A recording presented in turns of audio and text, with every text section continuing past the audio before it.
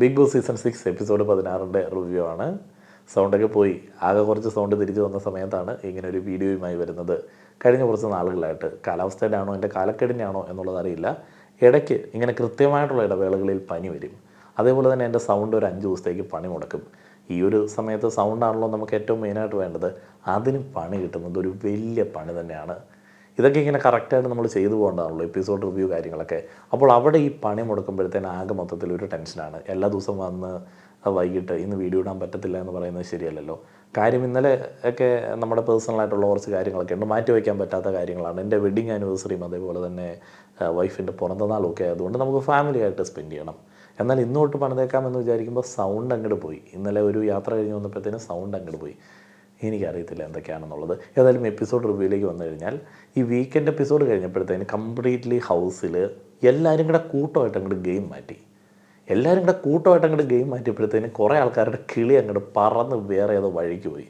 അതായത് ചില ആളുകളുടെ ഗെയിമൊക്കെ ഈ ഹൈപ്പർ ആക്റ്റീവായിട്ടുള്ള ചില ഗെയിമൊക്കെ കണ്ടപ്പോഴത്തേന് എന്തോ ഇവർ കാണിക്കുന്നത് നമ്മൾ ആലോചിച്ചു. റെന ഫാത്തിമ, അതേപോലെ തന്നെ ഷാരികയൊക്കെ രാവിലെ ഹൈപ്പറായി വൈകിട്ടായപ്പോഴത്തേന് എല്ലാം കയ്യിൽ നിന്ന് പോയി. ഈ ഷാരികയുടെ ഹോട്ട് സീറ്റിൻ്റെ പരിപാടി ഇന്ന് കംപ്ലീറ്റ്ലി തീർന്നു. കാരണം ഹോട്ട് സീറ്റിൽ അവർ ചോദിക്കുന്ന ചോദ്യങ്ങളൊക്കെ കച്ചറ ചോദ്യങ്ങളാണെന്നും അവർ വെറും കച്ചറയാണെന്നും അവർ തുറന്ന് സമ്മതിക്കുന്ന ചില സീൻസൊക്കെ ഉണ്ടായിരുന്നു. അപ്പോൾ ഈ ഹോട്ട് സീറ്റിൻ്റെ ക്വാളിറ്റി ഇതാണോ ഹോട്ട് സീറ്റ്? അതേപോലെ തന്നെ ജിസേലൊക്കെ ഈ കഴിഞ്ഞ ആഴ്ച ഏറ്റവും കോൺഫിഡൻ്റ് ആയിട്ട് നിന്ന കണ്ടസ്റ്റൻ്റാണ് ജിസേൽ. അതേപോലെ തന്നെ കോൺഫിഡൻ്റ് ആയിട്ട് നിന്ന കണ്ടസ്റ്റൻ്റാണ് അനീഷ്. ഈ ആഴ്ച ആയപ്പോഴത്തേന് ജിസേലിനും അനീഷിനും ഒക്കെ കുറച്ച് ഡൗൺ ആവാനായിട്ടുള്ള എല്ലാ സാഹചര്യങ്ങളും ഹൗസിലുണ്ട്. ഈ ആണുങ്ങളെല്ലാം മൊണ്ണകളാണ്, എല്ലാ ആണുങ്ങളും ജിസേലിനൊപ്പമാണ് എന്നൊക്കെ പറഞ്ഞ സമയത്ത് ജിസേൽ ഒന്ന് കോൺഫിഡൻ്റായി. ഈ ആണുങ്ങളൊക്കെ ഉള്ളതുകൊണ്ട് ഗെയിം മുന്നോട്ടേക്ക് കൊണ്ടുപോകാമെന്ന് വിചാരിച്ചു. പക്ഷേ അനുമോള് പറഞ്ഞതിനകത്ത് ഒരു കാര്യം ശ്രദ്ധിക്കണം, ഈ ആണുങ്ങളൊക്കെ എങ്ങനത്തെ ആണുങ്ങളാണ്. അതുകൊണ്ട് തന്നെ ഇവരുടെ കൂടെ വന്നു കഴിഞ്ഞാൽ ജിസേലിനത് ഗുണം ചെയ്യില്ല. അക്ബർ, അതേപോലെ തന്നെ അപ്പാനി, ശരത്ത്, ഇങ്ങനെയുള്ള ആളുകളൊക്കെ ആകെ മൊത്തത്തിൽ അടിയെ പോയി നിൽക്കുന്ന ഒരു സമയമാണ്. ഈ ചപ്പാത്തി കള്ളി എന്ന് വിളിച്ചു എന്നൊക്കെ പറഞ്ഞ് മോങ്ങുന്ന ആ ഒരു പരിപാടി, അത് റിപ്പീറ്റഡായിട്ട് മോങ്ങുന്ന ഒരു പരിപാടി. എന്നെ ചപ്പാത്തി കള്ളി എന്ന് വിളിച്ചു കേട്ടിട്ട് മടുത്തു. ഈ മോങ്ങുന്ന പരിപാടി ഇല്ല എന്നുണ്ടെങ്കിൽ അനുമോൾ ഒരു നല്ല പ്ലെയറായിട്ട് ഇങ്ങനെ കളിച്ച് കയറി വരും. പക്ഷേ ഒരാളെ നമ്മൾ ഇഷ്ടപ്പെട്ട് അയാളുടെ ഗെയിമും അയാളുടെ ആറ്റിറ്റ്യൂഡും അയാളുടെ നിലപാട് പറച്ചിലൊക്കെ ഇഷ്ടപ്പെട്ട് ഇങ്ങനെ കണ്ടുകൊണ്ടിരിക്കുന്നതിൻ്റെ ഇടയിൽ ഏതെങ്കിലും ഒരു പീക്കിരി കൊച്ചു വന്നിട്ട് ചപ്പാത്തി കള്ളി എന്ന് വിളിച്ച് കഴിഞ്ഞാൽ മോങ്ങിക്കൊണ്ട് ഓടുമ്പോഴത്തേന് നമ്മുടെ കംപ്ലീറ്റ് പ്രതീക്ഷ പോവും. അതേപോലെ തന്നെ ഈ അപ്പാനി, ശരത്തും അനുമോളും തമ്മിലുള്ള ഒരലമ്പ്. അപ്പാനിയൊക്കെ എന്തിനാണ് ഇത്രമാത്രം ട്രിഗേഡാവുന്നത്? എന്തിനാണ് ഇത്രമാത്രം ഈ കയ്യിൽ നിന്ന് പോകുന്നത് പോലെ പെരുമാറുന്നത്? അതിനകത്ത് അനുമോള് പറഞ്ഞത് കറക്റ്റ് സ്റ്റാൻഡാണ്. ഈ ജിസേൽ വല്ലാണ്ട് കഷ്ടപ്പെടുകയാണല്ലോ കേരളത്തിൽ വന്നിട്ട്. ഇത് ചെന്നൈയിൽ കണ്ടല്ലേ, ഇവിടെ വന്ന് മലയാളികളുടെ ഒപ്പം വല്ലാണ്ട് കഷ്ടപ്പെടുകയാണല്ലോ. അപ്പോൾ അവർ വിഷമിക്കുന്നതുകൊണ്ട് ബാക്കിയുള്ള ആളുകളെല്ലാം അവർക്ക് വേണ്ടി അഡ്ജസ്റ്റ് ആവണ്ടേ. അപ്പോൾ അവർക്കുള്ള ഫുഡ് സ്വന്തമായിട്ട് കയറി കുക്ക് ചെയ്യുന്നു. അതിനുള്ള പെർമിഷൻ ഏത് കിച്ചൺ ടീം വന്നാലും കൊടുക്കണമെന്നുള്ള ഒരു അലിഖിത നിയമമൊക്കെ ഉണ്ട്. അതേപോലെ തന്നെ ആണുങ്ങൾ, ഹൗസിലുള്ള ആണുങ്ങൾ കിച്ചൺ ടീമിലൊക്കെ ഉണ്ടെങ്കിലും അവർ ഈ കാര്യങ്ങളിൽ ശ്രദ്ധാലുവാണ്. അപ്പോൾ അനുമോള് ചോദിച്ചു, അതിനുള്ള ഒരു സ്വാതന്ത്ര്യം എന്തിനാണ് അവർക്ക് മാത്രം കൊടുക്കുന്നത്? അനുമോള് ചെല്ലുന്ന സമയത്ത് ജിസേൽ ഓടിച്ചിട്ടുണ്ട്, അല്ലെങ്കിൽ വേറെ ആളുകൾക്കൊന്നും അങ്ങനെ പെർമിഷനില്ല. അപ്പം അത് അനുമോളുടെ ഭാഗത്താണ് ന്യായം. ഇവരെന്തിനാണ് ഈ ഓവർ റിയാക്ട് ചെയ്യുന്നത്? അതേപോലെ എപ്പിസോഡിൻ്റെ അവസാനം കാണിച്ച ഷാനവാസ് അക്ബറിനെ കുറിച്ചിട്ട് പറയുന്ന ആ ഒരു കാര്യം, അതിൻ്റെ ഒരു ക്ലിയർ പിക്ചർ എനിക്ക് ഇതുവരെ കിട്ടിയിട്ടില്ല. അക്ബറിൻ്റെ നോട്ടം, ജിസേലിനോടുള്ള നോട്ടം ശരിയല്ല എന്ന് തോന്നി. അപ്പോൾ ജിസേൽ അതിനെ സീരിയസ് ആയിട്ട് എടുക്കുന്നില്ല. കാരണം സീരിയസ് ആയിട്ട് എടുക്കാൻ പറ്റില്ല. സീരിയസ് ആയിട്ട് എടുത്തു കഴിഞ്ഞാൽ അതിനകത്ത് പ്രത്യേകിച്ച് ഒന്നും നമുക്ക് പറയാനില്ല. കാരണം ഒരാളുടെ നോട്ടമാണ്, അത്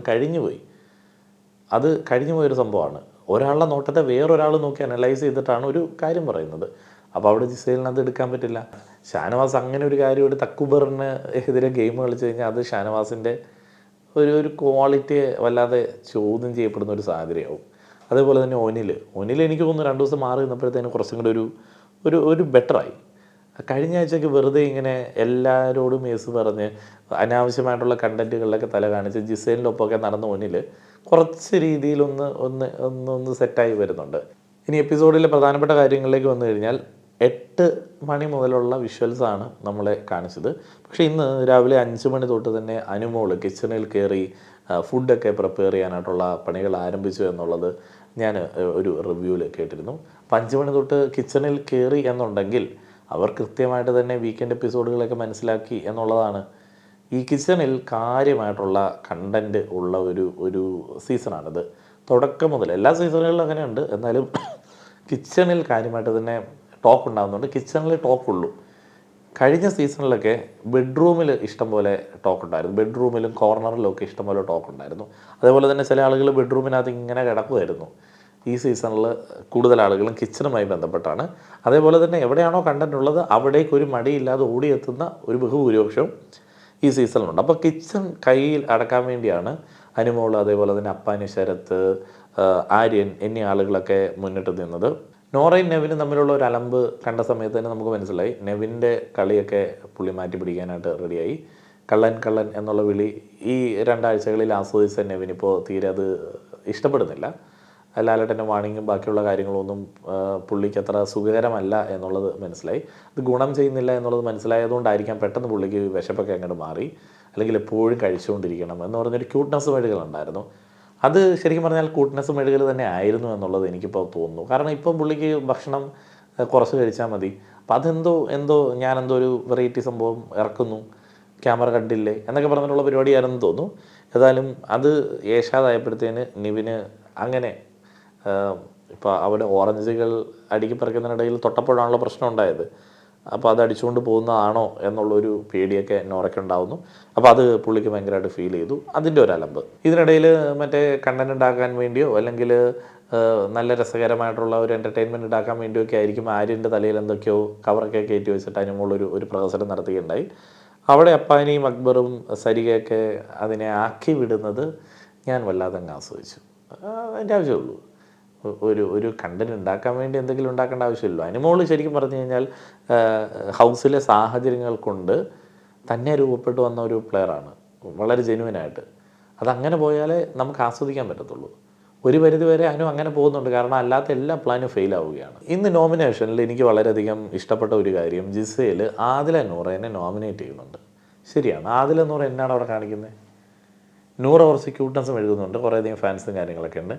ആദില എല്ലാ ആളുകളുടെയും പ്രശ്നങ്ങളിൽ ഒരു എന്താ പറയുന്നത്, ഒരു ഫൈനൽ വോയിസ് എന്ന് പറഞ്ഞതുപോലെ അല്ലെങ്കിൽ ഒരു ഉപദേശി എന്നുള്ള രീതിയിൽ വന്ന അഭിപ്രായങ്ങൾ പറയുന്നതല്ലാതെ അവർ ഒരു കാര്യങ്ങളിൽ ഇടപെടുന്നതോ അല്ലെങ്കിൽ എന്തെങ്കിലും ബാക്കിയുള്ള ആളുകളുടേതുപോലെയുള്ളൊരു ഗെയിം ഉള്ളതായിട്ടോ എനിക്ക് തോന്നിയിട്ടില്ല. അപ്പോൾ ജിസയിൽ പറഞ്ഞ ആ ഒരു കാര്യം കറക്റ്റാണ്. അപ്പോൾ ആദില ഇന്ന് അനുമോളോട് ചോദിക്കുന്നു ലവ് ട്രാക്കിനെ കുറിച്ചിട്ട്, ആര്യനുമായിട്ടുള്ള ഒരു ലവ് ട്രാക്ക് ഉണ്ടോ എന്നുള്ളത്. അപ്പോൾ അനുമോൾ പറയുന്നത് അങ്ങനെ ഒരു ഹോപ്പൊന്നും ഇല്ല, അല്ലെങ്കിൽ അതിനുള്ള സ്കോപ്പ് ഇവിടെ ഇല്ല, താല്പര്യമില്ല. അതേപോലെ തന്നെ ആര്യൻ ചെറിയ ചെക്കനാണ്, അതൊരു വലിയ പ്രശ്നമാണ്. ഇവിടെ ലവ് ട്രാക്ക് ഇടാൻ വേണ്ടി പറ്റുന്ന രീതിയിലുള്ള കോമ്പോസ് ഇല്ല. അത് ഫസ്റ്റ് കണ്ടസ്റ്റൻസിനെ ഇൻട്രൊഡ്യൂസ് ചെയ്ത എപ്പിസോഡ് ഞാൻ പറഞ്ഞാണ്. കാര്യം കുറേ ആൾക്കാരൊക്കെ ഉണ്ട്, എന്നാലും കുറേയധികം ആളുകൾക്ക് വിവാഹിതരൊക്കെയാണ്. അതേപോലെ തന്നെ ഇപ്പം ആദില നൂറ് അവരെ നോക്കിയിട്ട് കാര്യമില്ല, അവർ വേറെ മോഡാണ്. അപ്പം മൊത്തത്തിൽ സാധ്യതകൾ കുറവാണ്. ഇതിന് ശേഷമാണ് ശാരികയുടെ ഹോട്ട് സീറ്റ്, വേലി കിടന്ന പാമ്പിനെടുത്ത് തോളത്ത് വെച്ചെന്ന് പറഞ്ഞ പോലത്തെ ഹോട്ട് സീറ്റ് പരിപാടി.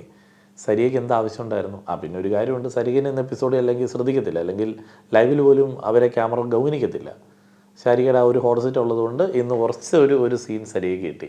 സരികയൊക്കെ വരും ദിവസങ്ങളിൽ ഔട്ട് ആവാനായിട്ടുള്ള എല്ലാ സാധ്യതയുണ്ട്. കാരണം അവർക്ക് ഈ ബാക്കി കണ്ടസ്റ്റൻസുമായിട്ട് കണക്ട് ചെയ്തിട്ട് കളിക്കാനായിട്ടുള്ള ഗെയിമൊന്നുമില്ല ഈ സീസണിൽ. ശാരികയുടെ ഹോട്ട് സീറ്റ് മറന്നിരിക്കുകയായിരുന്നു. ശാരികയുടെ ഹോട്ട് സീറ്റ് ഓർത്ത് കഴിഞ്ഞാൽ പിന്നെ ശാരിക നമുക്ക് തീരെ അക്സെപ്റ്റ് ചെയ്യാൻ പറ്റത്തില്ല. അത്ര കച്ചറ ചോദ്യമാണ്. ഹോട്ട് സീറ്റ് എന്ന് പറഞ്ഞാൽ എന്താണ്?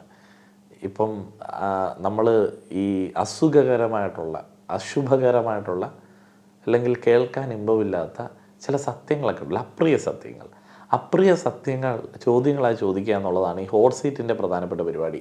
എന്ന് വെച്ച് കഴിഞ്ഞാൽ അങ്ങനെ ഒരു കാര്യമുണ്ട്, അപ്രിയമായതുകൊണ്ട് ആരും പറയാറില്ല, അല്ലെങ്കിൽ അവരോട് നമുക്ക് ചോദിക്കാൻ മടിയാണ്. അങ്ങനെയുള്ള കാര്യങ്ങൾ ചോദിച്ചിട്ട് അവരെ കൊണ്ട് ഉത്തരം പറയിപ്പിക്കുക എന്നുള്ളതാണ് ഹോട്ട് സീറ്റ് എന്നൊക്കെ പറയുന്നത്, അതിൻ്റെ ഒരു മാന്യതയും മര്യാദയും. ഇവരുടെ ഹോട്ട് സീറ്റ് അങ്ങനെയല്ല. ഇല്ലാത്ത അപരാധം പറഞ്ഞുണ്ടാക്കി ഫ്രണ്ടിരിക്കുന്ന ആളെ പ്രൊവോക്ക് ചെയ്തിട്ട് അവരുടെ വായിരിക്കുന്നത് കേട്ട് അടിയും വാങ്ങിച്ചെടുത്ത് മുന്നോട്ട് പോകും. അല്ലെങ്കിൽ ഇപ്പം ഇന്ന് തന്തയ്ക്ക് വിളിയും കേട്ടിട്ടുണ്ടെന്ന് തോന്നുന്നു. അതാണ് ഈ ശാരികയുടെ ഹോട്ട് സീറ്റ്. അവരതിനെ വലിയ രീതിയിൽ പൊക്കിയടിക്കുന്നു. എന്നിട്ട് അവരവസാനം, എനിക്ക് തോന്നുന്നു എല്ലാ ഹോട്ട് സീറ്റിൻ്റെ അവസാനം ഇന്ന് കണ്ടതുപോലെ തന്നെ ആയിരിക്കും. അവസാനം ഒരു കെട്ടിപ്പിടിച്ച് മോങ്ങും, അല്ലെങ്കിൽ കയ്യെ കാലെ പിടിക്കും. എന്നാണെന്ന് പറഞ്ഞാലും ആ ഹോട്ട് സീറ്റിലെ ചോദ്യത്തിൽ ഇപ്പോഴുള്ള ഗെയിമിൻ്റെ ശാരിക എന്താണോ സരികയുടെ ഒരു ഗെയിം കാണുന്നത് അത് കൃത്യമായിട്ട് ചോദ്യത്തിൽ അറിയാതെ വന്നു. അവിടെ ഇരിക്കുന്ന ആളുകളൊന്നും മണ്ടന്മാരൊന്നും അല്ലല്ലോ, അവർക്ക് മനസ്സിലാവില്ലേ ഇവിടെയുള്ള ആൺകുട്ടികളുടെയൊക്കെ അടുത്ത് ഇടപഴകി അവർക്കിടയിലൊക്കെ കിടന്നെന്നൊക്കെ ഉള്ള രീതിയാണ്, അത് അവരുടെ കൾച്ചർ എന്നൊക്കെ ഉള്ള ചോദ്യമൊക്കെ വന്നു.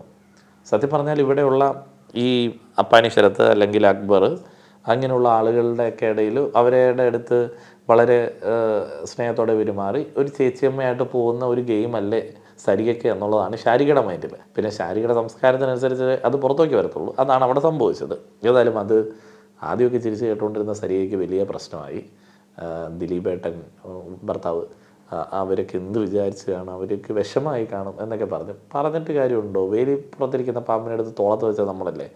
ഏതായാലും അവസാനം അവർ കരഞ്ഞു പിടിച്ച് കെട്ടിപ്പിടിച്ച് ദിലീപേട്ടനോട് പറയുന്നുണ്ട് നല്ല ചേച്ചിയാണ് എന്നൊക്കെ പറയുന്നുണ്ട്.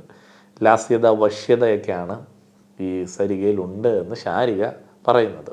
ഇതിനിടയിൽ റെന ഫാത്തിമ കിച്ചണിൽ അനിമോളുമായിട്ട്, എനിക്ക് തോന്നുന്നു ഈ വീക്കെൻഡ് എപ്പിസോഡൊക്കെ കഴിഞ്ഞപ്പോഴത്തേന് അനിമോൾക്ക് അത്ര വലിയ സപ്പോർട്ടൊന്നുമില്ല, അല്ലെങ്കിൽ അനിമോൾ ഒരു ഗ്രേ ഏരിയയിലാണ് നിൽക്കുന്നത്, അത്ര പോസിറ്റീവൊന്നും എല്ലാം തോന്നിയപ്പോഴായിരിക്കും അനിമോളെ ഒന്ന് പാഠം പഠിപ്പിച്ച് മിടിക്കായേക്കാന്ന് വിചാരിച്ചിട്ട് റെന ഈ ഒരു ഗെയിമായിട്ട് ഇറങ്ങുന്നത്. പക്കാ ഫേക്ക് ആർട്ടിഫിഷ്യൽ ഗെയിമിൻ്റെ അങ്ങേയറ്റം, ഒരു മെച്ചുവേർഡല്ലാത്ത ഒരു സമീപനം, വെറുതെ അനിമോളെ ഇട്ട് വെറുപ്പിക്കുന്നു. അനിമോളാണെങ്കിൽ വെറുക്കാൻ റെഡിയായിട്ട് നിൽക്കുകയാണ്. ചപ്പാത്തിക്കള്ളി എന്നൊക്കെ വിളിച്ച് കഴിഞ്ഞാൽ തീർന്ന് ഗെയിം തീർന്ന്. അനിമോൾ പിന്നെ ക്വിറ്റ് ചെയ്ത് പുറത്തു പോകും. അതങ്ങനത്തെ ഒരു ഗെയിമർ അവിടെ കിടന്നിട്ട് വൻ ഷോ. എന്നിട്ട് ജിസേലുമായിട്ട് ഈ ഒരു കാര്യം പറഞ്ഞ് ജിസേലിൻ്റെ ടീമിലേക്ക് കയറാൻ വേണ്ടിയുള്ള റെന ഫാത്തിമയുടെ ഒരു ശ്രമം. പിന്നെ കൊച്ചാണ്, അതിനൊന്നും നമ്മൾ കാര്യമായിട്ട് അനലൈസ് ചെയ്തിട്ട് കാര്യമില്ല. അതങ്ങനെ. ഇനി നമ്മളിങ്ങനെയൊക്കെ പറഞ്ഞു കഴിഞ്ഞാൽ അപ്പോൾ റെന പറയും നമ്മൾ ഏജ് കാർഡ് ഇറക്കി. അതൊക്കെയാണ് അവരുടെ വെറുപ്പിക്കലിൻ്റെ ഐറ്റംസ്. നീ ഒരു പെങ്കൊച്ചല്ലേ, നീ ഇങ്ങനെ വെറുപ്പ് സമ്പാദിക്കരുത് എന്ന് കണ്ട് അനിമോള് പറഞ്ഞപ്പോഴത്തേന് ജെൻഡർ കാർഡ് ഇറക്കി എന്നൊക്കെ പറഞ്ഞിട്ട് ചുമ്മാ ഒരു സംഭവങ്ങൾ. ഇതിന് ശേഷമാണ് ഈ ആഴ്ചത്തെ എവിക്ഷൻ നോമിനേഷൻസ് വരുന്നത്. മിണ്ടാപ്പൂച്ചകളെ പോലെ ഒളിച്ചും പാത്തും തുടരുന്ന ചില ആളുകൾ, തന്ത്രപരമായി മുന്നേറുന്ന ചില ആളുകൾ, ക്യാമറ ശ്രദ്ധ പിടിച്ചു പറ്റാൻ ബഹളം വെച്ച് അലറുന്നവർ, വിരട്ടിയും വിറപ്പിച്ചും ഹീറോയിൻ ചമയുന്നവർ എന്നീ കാറ്റഗറികളെയാണ് ബിഗ് ബോസ് ഉദ്ദേശിക്കുന്നത്. ഈ ഓരോ ആളുകൾക്ക് അഭിനന്ദനമൊക്കെ പറയുന്നുണ്ട്. അപ്പോൾ ഇവരെയൊക്കെ പൊളിച്ചെടുക്കാൻ വേണ്ടി നോമിനേഷൻ ചെയ്യുക എന്നുള്ളതാണ്. ഇപ്പോൾ എപ്പിസോഡിലായതുകൊണ്ട് തന്നെ ഓരോ ആളുകൾ എങ്ങനെയാണ് നോമിനേഷൻ ചെയ്യുന്നത് എന്നുള്ളത് നമുക്ക് കാണാൻ പറ്റില്ല. ഇങ്ങനെ കോമൺ ആയിട്ട് മൊത്തത്തിൽ കാണിക്കുകയാണല്ലോ. ഇപ്പോൾ 2 വോട്ടുകളോടെ സരികയും അതേപോലെ തന്നെ ഷാനവാസും റെനയും നോമിനേറ്റഡായി. 3 വോട്ടുകളോടെ ഒനിൽ, അനു, അക്ബർ. 4 വോട്ടുകളോടെ ശരത്ത്, ശൈത്യ. 5 വോട്ടുകളോടെ ശാരിക. അനീഷ് പെട്ടെന്ന് ഞെട്ടിപ്പോയി. കാരണം അനീഷിന് വോട്ടുകളില്ല. അനീഷ് ഒരാഴ്ച കൊണ്ട് എന്ത് സംഭവിച്ചു എന്നുള്ളതിൽ അങ്കലാപ്പിലായിപ്പോയി. അനീഷിൻ്റെ ഞെട്ടലിനെ 2 രീതി നമുക്ക് കാണാം. എന്തുകൊണ്ട് ഇവരെന്നെ നോമിനേറ്റ് ചെയ്തില്ല എന്നുള്ളതായിട്ടും കാണാം, അല്ല എന്നുണ്ടെങ്കിൽ എന്തുകൊണ്ട് എന്നെ ആരും ശ്രദ്ധിക്കുന്നില്ല എന്നുള്ളതായിട്ട് കാണാം. രണ്ടാമത്തേതാണ് അനീഷിൻ്റെ കാര്യത്തിൽ വരാൻ പോകുന്ന ഏറ്റവും വലിയ ദുരന്തം. എനിക്ക് തോന്നുന്നു ഈ വരുന്ന ദിവസങ്ങളിൽ വേറെ വലിയ കോണ്ടൻറ്റുകൾ ഉള്ളതുകൊണ്ട്, വലിയ ചർച്ചകളുള്ളതുകൊണ്ട്, കുറേ ലോ ക്ലാസ് കുറേ വള്ളിക്കെട്ട് കേസൊക്കെ അതിനകത്ത് ഓൾറെഡി ആയിട്ടുള്ളതുകൊണ്ട് അത് പിടിച്ചു പോകുമ്പോഴത്തേന് അനീഷിന് സ്പേസ് ഇല്ലാതാവും. ഇനി വരുന്നതെന്നൊക്കെ പറഞ്ഞു കഴിഞ്ഞാൽ അമ്മാതിരി വൃത്തികെട്ട ഡിസ്കഷൻസും അമ്മാതിരി അലമ്പുമായിരിക്കും ഇനി വരും ദിവസങ്ങൾ വരുന്നത്. കാരണം കുറേയധികം ആളുകൾക്ക് അച്ഛ കെട്ടി അങ്ങ് ഇറങ്ങിയിരിക്കുകയാണ്. ഈ റെന ഫാത്തിമയെ പോലുള്ള ആളുകൾ. അതേപോലെ തന്നെ അനിമോൾ പിന്നെ ഗെയിമിൻ്റെ ഭാഗമായിട്ട് ഇറങ്ങുന്നു. ലോക്കൽ പരിപാടി അവർ ഉദ്ദേശിക്കുന്നില്ല. ഷാനവാസ്, അക്ബർ, ശരത്ത്, അതേപോലെ തന്നെ ശാരിക, അവരെന്തും ഗെയിമിന് വേണ്ടി ഇറക്കും. അപ്പോൾ ആ ഒരു ഇറക്കലുകൾ കാണാൻ വേണ്ടി നമ്മൾ കാത്തിരിക്കേണ്ട ഒരാഴ്ചയാണ്. അപ്പോൾ അവിടെ അനീഷിന് സ്പേസ് പോവും, ജിസേലിന് സ്പേസ് പോവും. ഇതിന് ശേഷം അപ്പാനി ശരത്തും അനിമോളും കൂടെ തമ്മിലുള്ള ഒരു അലമ്പാണ് നമ്മൾ കണ്ടത്. അത് ശരത്തിൻ്റെ കയ്യിൽ നിന്ന് പോയേനെ. സ്വാതന്ത്ര്യം കൂടിയിട്ടുള്ള ഒരലമ്പാണ്. ജിസേലിനാണെങ്കിൽ തല്ലാൻ വേണ്ടി കൈ ഓങ്ങുമോ, അല്ലെങ്കിൽ വേറെ ഏതെങ്കിലും സ്ത്രീകളാണെങ്കിൽ തല്ലാൻ വേണ്ടി കൈ ഓങ്ങുമോ? ഇല്ല. അത് അനിമോളെ മിനി സ്ക്രീൻ ആർട്ടിസ്റ്റ്, നമ്മുടെ കൊച്ച് എന്നൊക്കെയുള്ളൊരു വൈബിലാണ് ശരത്ത് കൈകാര്യം ചെയ്യുന്നത്. അപ്പോൾ അതുകൊണ്ടാണ് ആ ഒരു സ്വാതന്ത്ര്യം എടുക്കലും കാര്യങ്ങളൊക്കെ. അത് കഴിഞ്ഞിട്ട് പിന്നെ അവരങ്ങോട്ടും ഇങ്ങോട്ടും കെട്ടിപ്പിടിച്ചിട്ട് കാലൊക്കെ പിടിച്ചിട്ട് അനിമോൾ മാപ്പ് പറയുന്നത് അത് നല്ല പരിപാടിയാണ്. അവരങ്ങോട്ടും ഇങ്ങോട്ടും അടിക്കുന്ന അവർക്ക് 2 പേർക്കും ചേരാത്ത പരിപാടിയാണ്. ഇവർ തമ്മിൽ അടിക്കാതിരിക്കുകയാണെന്നുണ്ടെങ്കിൽ ഇവർക്ക് കുറേ അധികം ഡാമേജ് കുറഞ്ഞു കിട്ടും. പിന്നീട് കുറേ അവിഞ്ഞ കേസുണ്ടല്ലോ, എന്താണ് മറ്റേ നിവിൻ ജിസേലിനെ കെട്ടിപ്പിടിച്ചെന്നോ, അയ്യോ അതൊക്കെ ആൾക്കാർ കാണുമെന്നോ, സദാചാരമാണ് നല്ലതെന്നൊക്കെ അവസാനം തീരുമാനം എടുക്കുന്നു അക്ബറും അതേപോലെ തന്നെ ശരത്തും ഒക്കെ. അക്ബർ ശരിക്കും പറഞ്ഞു കഴിഞ്ഞാൽ ഈ നോട്ടത്തിൻ്റെ കേസിൽ നമ്മളാരും കാണുന്നില്ല അക്ബറിൻ്റെ നോട്ടമൊന്നും. ഇവരിങ്ങനെ പറഞ്ഞു വരുത്തുന്ന നോട്ടമാണ്. ഷാനവാസ് വല്ലാണ്ട് ഡയലോഗ് അടിക്കുന്നുണ്ട്. മറ്റേ ശരത്ത്, അക്ബർ എനിക്കെതിരെ ഗെയിം കളിച്ചു, അങ്ങനെ കളിച്ചു, ഇങ്ങനെ കളിച്ചു ഷാനവാസ് കളിക്കുന്ന ചില കളികൾ വൻ ചീപ്പ് കളികളാണ്, സദാചാര കളികളാണ്. അതൊക്കെ ഇവർക്കെതിരെ കളിക്കാൻ വേണ്ടി ഷാനവാസ് ഇറക്കി കഴിഞ്ഞ് കഴിഞ്ഞാൽ ഷാനവാസിനോട് നമുക്കുള്ള ആ ഒരു പ്രതീക്ഷയും സ്നേഹവും ഒക്കെ കംപ്ലീറ്റ്ലി പോകും. കഴിഞ്ഞ ആഴ്ചയ്ക്ക് എനിക്ക് ഷാനവാസിനെ വലിയ കാര്യമായിരുന്നു, പക്ഷേ ഷാനവാസ് ഇമാതിരി ചീപ്പ് കളി കളിക്കാൻ പോയി കഴിഞ്ഞാൽ നമുക്ക് താല്പര്യം പോകും. നിങ്ങളുടെ അഭിപ്രായങ്ങൾ പറയുക. നന്ദി.